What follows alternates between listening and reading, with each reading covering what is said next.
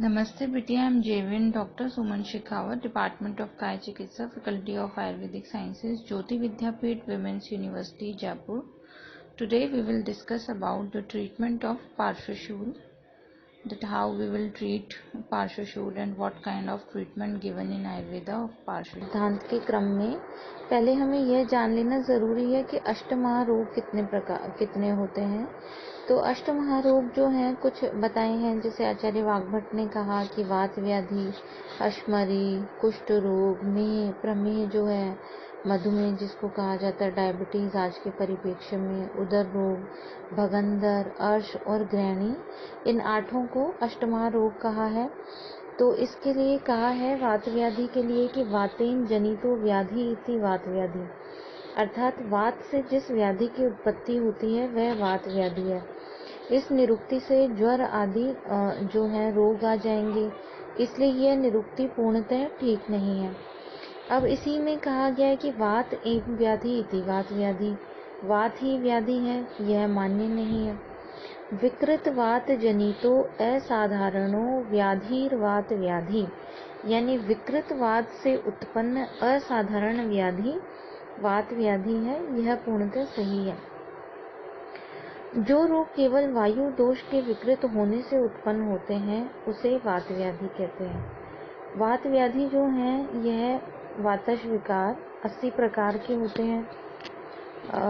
इसके अंदर जो है अगर हम देखें कि इसका सामान्य निदान, तो वात विकार जो है इनका सामान्य निदान इस प्रकार से होता है, जैसे कि वातवर्धक आहार का सेवन करने से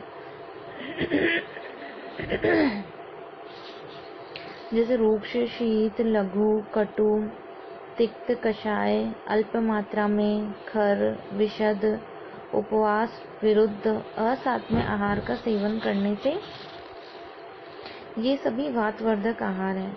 अगर हम वातवर्धक विहार की बात करें तो इसमें वेग धारण, भय, शोक, चिंता, अति मैथुन, रात्रि जागरण, अति व्यायाम, अति पैदल चलना, उच्च भाषण, अधिक भार उठाना, ये सभी वातवर्धक विहार हैं. मार्गावरोध अर्थात वायु के मार्ग में अवरोध, धातु क्षय, रसादी धातुओं का क्षय, किसी रोग के कारण अतिकृश हो जाना, यह भी वात व्याधि की उत्पत्ति कर सकता है. दोष या धातु का आवरण, आम दोष के कारण पंचकर्म सम्यक प्रकार से ना होना. अगर हम संप्राप्ति की बात करें तो जो अभी हमने निदान डिस्कस किए, वो निदान का सेवन करने से वात का प्रकोप होता है. यह प्रकोपित वात व नाड़ियों की क्रिया सम्यक प्रकार से नहीं होती प्रकोपित वात के कारण. तो इसकी वजह से या तो वात के कर्मों की वृद्धि होती है या वात के कर्मों का ह्रास होता है. अगर वात के कर्मों की वृद्धि होगी तो आक्षेपक, कंपवात आदि रोग होंगे. अगर वात के कर्मों का ह्रास होगा तो पक्षाघात आदि रोग होंगे. वात जो है आयुर्वेद के अंदर 5 प्रकार की वायु बताई गई हैं: प्राण वायु, उदान वायु, समान वायु, व्यान वायु एवं अपान वायु. अगर हम प्राण वायु की बात करें तो प्राण वायु का स्थान होता है सिर. इसके अतिरिक्त हृदय, फुफ्फुस, कंठ आदि भी इसके स्थान हैं. इसकी विकृति में फुफ्फुस व हृदय के रोग होते हैं. अगर हम उदान वायु की बात करें तो इसका मुख्य स्थान होता है कंठ एवं फुफ्फुस. इसकी विकृति से श्वास संबंधी कंठ रोग होते हैं. अपान वायु, इसका मुख्य स्थान ग्रहणी है. इसकी विकृति से ग्रहणी, उदरशूल, अनहा, अतिसार आदि रोग होते हैं. व्यान वायु, यह हृदय व सर्व शरीरगत व्याप्त रहती है. इसकी विकृति से दुर्बलता, कृशता, मांसपेशी क्षय आदि रोग होते हैं. अपान वायु, इसका मुख्य स्थान नाभि के नीचे है. इसकी विकृति से मूत्रकृच, मूत्राघात, अश्मरी, अर्श, गर्भ की असम्यक प्रवृत्ति आदि रोग होते हैं. इसी प्रकार से जो है हम अगर वात व्याधि देखें तो वात व्याधि ऐसी व्याधि होती हैं जिनका कोई पूर्व रूप नहीं होता. अर्थात ये जो व्याधियां हैं इनका सीधा लक्षण प्रकट होता है। जैसे कुछ व्याधियां होती हैं पक्षाघात, तो सीधे लक्षण आते हैं उस पक्षाघात में। अगर किसी को पैरालिसिस होगा तो सीधे सिम्टम देखने को मिलेंगे। इसी प्रकार से किसी को अगर सियाटिक ग्रंथि जन्य पेन है तो सीधे लक्षण देखने को मिलेंगे। ऐसा नहीं है कि पहले पूर्व रूप आएगा और फिर लक्षणों की उत्पत्ति होगी। अगर हम जो है इसकी वात व्याधि की बात करें तो व्यक्त लक्षण ही इसका पूर्व रूप होता है। इसका पूर्व रूप जो है वो अव्यक्त है और व्यक्त लक्षण ही इसके रूप होते हैं। वात व्याधियों की अगर सामान्य लक्षण की बात करें तो संधियों में जकड़ाहट होना, अस्थि भग्न होना, संधि विच्युति, अपने स्थान से संधियों का हट जाना, अंगों का शोष हो जाना, लंगड़ापन, पंगुता, कुबड़ निकल आना, अनिद्रा होना, शुक्र का नाश होना, गर्भ का नाश होना, रज का क्षय होना, अंगों में सूनापन आना, अंगों में फड़कन होना, सिर में जकड़ाहट होना, गर्दन का टेढ़ा हो जाना या अंगों में सुई चुभने के समान वेदना का हो जाना। इस प्रकार से इसके लक्षण बताए गए हैं। अगर हम वात व्याधि के आवरण देखें कि किस प्रकार के जो है आवरण जन्य इसके अंदर दोषों की दृष्टि होती है, तो आवरण के कारण वात के जो है दोष धातु और मल के 22 आवरण बताए गए हैं और वात के परस्पर आवरण भी 20 बताए हैं, यानी वात का ही वात के द्वारा आवरण। इस प्रकार से जो है वात व्याधि की अगर हम देखें कि ये जो कंडीशंस हैं इनमें किस तरह के चिकित्सा उपक्रम का प्रयोग किया जाता है, तो वात व्याधि चिकित्सा के सिद्धांत व अगर चिकित्सा सूत्र देखें तो इसमें स्नेहन, स्वेदन, संशोधन, नस्य, धूमपान, रसायन प्रयोग, आवरण में उपचार, इनका प्रयोग करते हैं। जैसे वात व्याधि में अगर हम स्नेहन की बात करें तो स्तब्धता रहित वात विकार में घृत, तेल, वसा, मज्जा के बाह्य एवं आभ्यंतर प्रयोग से स्नेहन कराना चाहिए।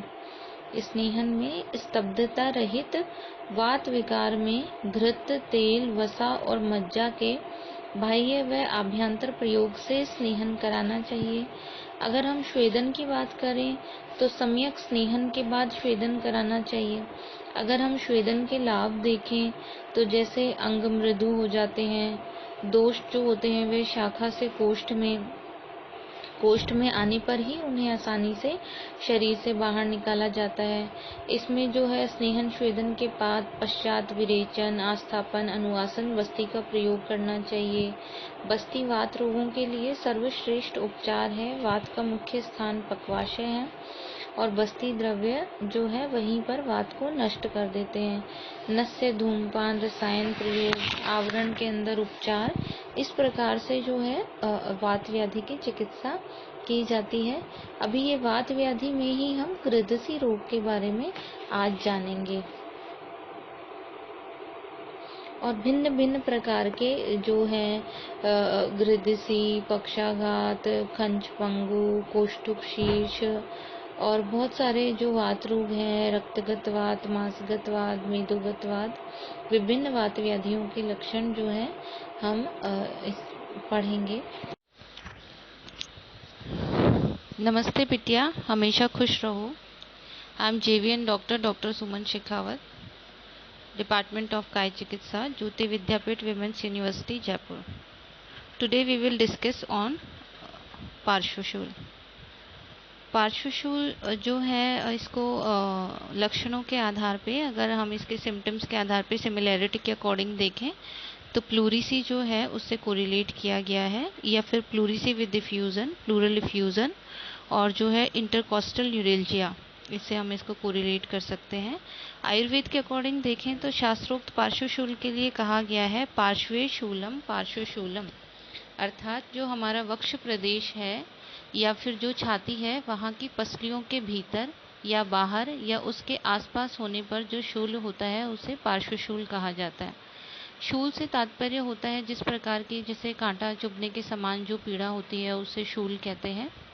इसके अलावा जो है इसका जो अलग से जैसे अलग अलग जो संहिताएं हैं वहाँ पे व्याधियों के लक्षण स्वरूप ही इसका वर्णन आया है। अलग से व्याधि के रूप में इसका कहीं उल्लेख नहीं किया गया है। अगर हम इसका दोषों के अकॉर्डिंग, इसमें दोषों का अगर हम देखें तो यह जो है वात और कफजन्य व्याधि है। अगर हम इसके निदानों की बात करें तो कुछ वात प्रकोपक निदानों से और कफ प्रकोपक निदानों का सेवन करने से जो है पार्श्वशूल की उत्पत्ति होती है। तो वात प्रकोपक आहार जिस प्रकार की जो है आहार एवं विहारस जो निदान है, जिस प्रकार चोट लगना, अति व्यायाम, अति मैथुन, अति शीतल वायु का सेवन, शीतल जल का सेवन, अति रुक्ष आहार का सेवन, तिक्त कषाय रस प्रधान जो आहार हैं उनका सेवन, विरुद्ध भोजन एवं जो इस प्रकार की जो वेजिटेबल्स हैं जैसे कि मटर, गोभी, अरबी, भिंडी, इनका अधिक सेवन या वेगों के धारण करने से, अधिक मात्रा में उपवास यानी ओवर फास्टिंग की वजह से, या जो लोग बहुत ज़्यादा एंजाइटी और शोकावस्था में रहते हैं, शोक से, डिप्रेशन से, शुष्क मांस का अधिक सेवन करने की वजह से पार्श्वशूल की उत्पत्ति हो सकती है। इसी प्रकार कुछ कफ प्रकोपक आहार जो हैं इनका सेवन करने से कफ की वृद्धि होकर के और जो है पार्श्वशूल की उत्पत्ति हो सकती है। जिस प्रकार गुरु आहार हैं जैसे कि उड़द, दूध, खोया, दही आदि मांस, इनके अति सेवन से भी पार्श्वशूल की उत्पत्ति हो सकती है। अगर हम इसके निदान, इसकी संप्राप्ति की बात करें तो जो है शास्त्रों में कुछ इस प्रकार से पार्श्वशूल की उत्पत्ति बताई गई है कि जो अभी पूर्वोक्त मैंने वर्णित किया आपको, वात और कफवर्धक जो आहार हैं इनका सेवन करने की वजह से वात एवं कफ दोष जो है यह प्रकोपित होते हैं।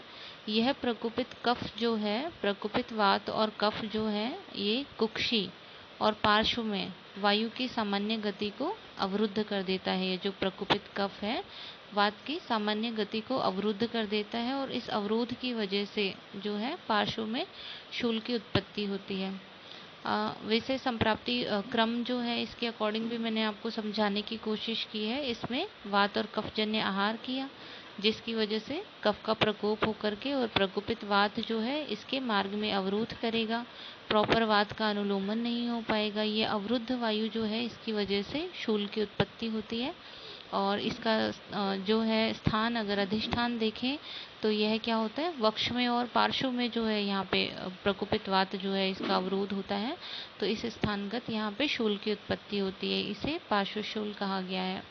अगर हम इसके अंदर दोष मैंने आपको बताया, अभी वात और कफजन्य व्याधि है। दुष्य की बात करें तो इसमें रस और रक्त की दुष्टि होती है। यहाँ पे स्रोतस जो है प्राणवय स्रोतोगत व्याधि है। अधिष्ठान जो है वक्ष एवं पार्श्व बताया गया है और स्रोतो दुष्टि प्रकार जो व्याधि का है यह संग एवं विमार्गमन है। व्याधि के लक्षणों की अगर हम बात करें तो पार्श्व के अंदर सुई के चुभने के समान अर्थात तोदवत पीड़ा यहाँ पे होती है। श्वास कष्ट रोगी को रहता है, श्वास लेने में कठिनाई होती है, डिस्निया रहता है पेशेंट को। इसी के साथ पेशेंट को अरुचि, आद्यमान और आटोप एवं अनिद्रा की उत्पत्ति होती है।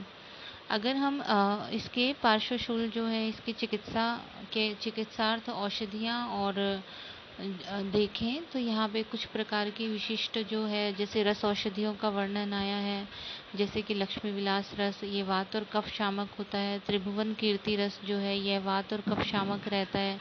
इसी के अलावा जो है जैसे शंख भस्म का यहाँ पे प्रयोग आया है, तो शंख भस्म जो है कफ का लेखन करती है। ये जो अवरोधित कफ जो है इसके आवरण को वो हटाएगी कफ का लेखन करके। महावात विध्वंसन रस जो होता है वात कफ शामक रहता है।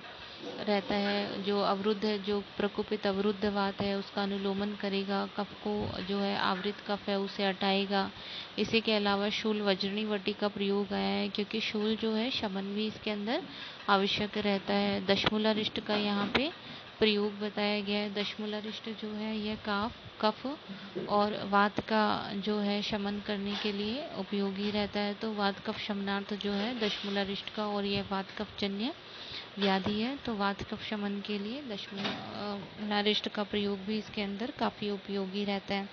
इसी के अकॉर्डिंग अगर हम इसके अंदर व्यवस्था पत्र देखें तो इसके अंदर बताया गया है कि जैसे महावात विध्वंस रस जो है 250 mg या लक्ष्मी विलास रस एवं रस सिंदूर इनका प्रातः और चाय भोजन से पूर्व मधु के साथ प्रयोग किया जाए तो यह पार्श्वशूल रोग के शमनार्थ काफ़ी उपयोगी सिद्ध रहता है। मधु जो है यह जो कफ का लेखन करेगा। और कफ का जो है एक आवरण जो वो वात के चारों तरफ बना रहा है, उस आवरण को हटाएगा, जिससे वात का अनुलोमन होगा और व्याधि के शमनार्थ यह अच्छा कार्य करता है। इसी के अलावा शूल, वज्रनी, वटी एवं दशमूला रिष्ट के प्रयोग अभी मैंने आपको बताए। इनका जल के साथ में भोजन के बाद में प्रयोगार्थ बताया गया है। इसी के अलावा जैसे वक्ष प्रदेश पर हम स्थानिक भी लवण युक्त तिल तेल का अभ्यंग करा सकते हैं।